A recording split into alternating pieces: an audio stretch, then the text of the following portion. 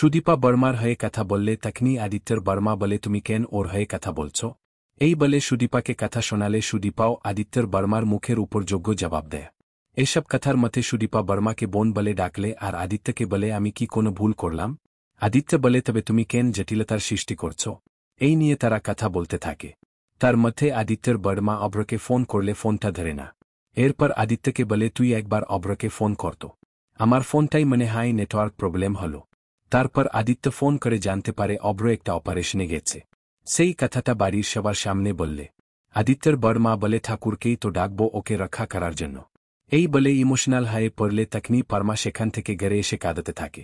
তখনই সুদীপা সেখানে আসলে পরমা বলে তোমাকে কে বলেছে আমাকে বোন বলতে? আমি তোমার থেকে সব কিছুতেই বল। সুদীপা বলে তাহলে তুমি স্বীকার করছো তুমি আমার বোন?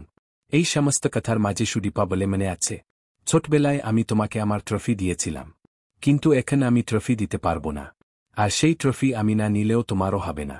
এই কথাটা আদিত্য শুনে নিলে সুদীপা সেখান থেকে চলে যা। এরপর পরমা আদিত্যকে বলে তোমার দাদাবাই যে এখান থেকে চলে গেছে তার জন্য কি আমি দায়ী? আদিত্য বলে সব কিছু আমার জন্য হয়েছে।